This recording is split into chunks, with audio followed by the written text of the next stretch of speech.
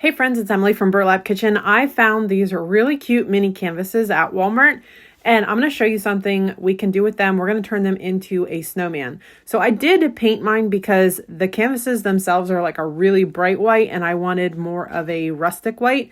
So I did use the vintage white over top of that, just to kind of dull it down a little bit and make sure it's good and dry.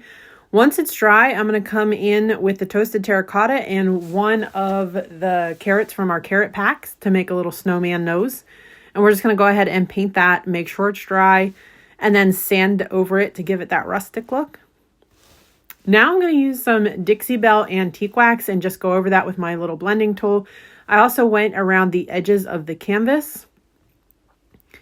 And then I'm going to lay the nose in place and add a little bit of blush with my pinky. I like to lay the nose in place first just so I can kind of see what it's going to look like all together. And then I'm using a Sharpie Paint Effect marker to add eyes and a mouth. So I'm going to lay my nose back down just so I know where I want the mouth to go. And then once I get that on, then I'll go ahead and glue the nose in place. So now that we have the snowman face, I did add a little bit of white accents to the center of the eyes. Once we have that done, I'm going to take a little more of that antique white or that vintage white and go over top the nose just to look like snow. And then I have some material. I got this at Hobby Lobby, and we're going to make a really cute, simple little hat with this. And just kind of glue it. Use your hot glue to glue it where you want it to fold.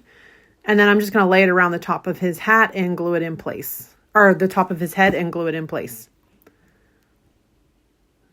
And make sure it holds good. Give it another little glue here in the back. And then take some twine and just kind of cinch that at the top. And then I'm just going to tie a little knot here in the top of his hat. And then we're going to trim it down and then trim the top of the hat down. And I did add a little bit of greenery and a little button just to kind of give that a little something extra. Next, we're going to take some twine and just make a really simple little hanger for this so we can make it an ornament. You could make it as a leaner for like a tiered tray, or you could do what I did and turn it into an ornament.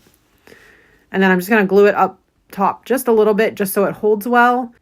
And this is turning out so cute. We're going to go ahead and take it up a notch here with some Mod Podge and glitter.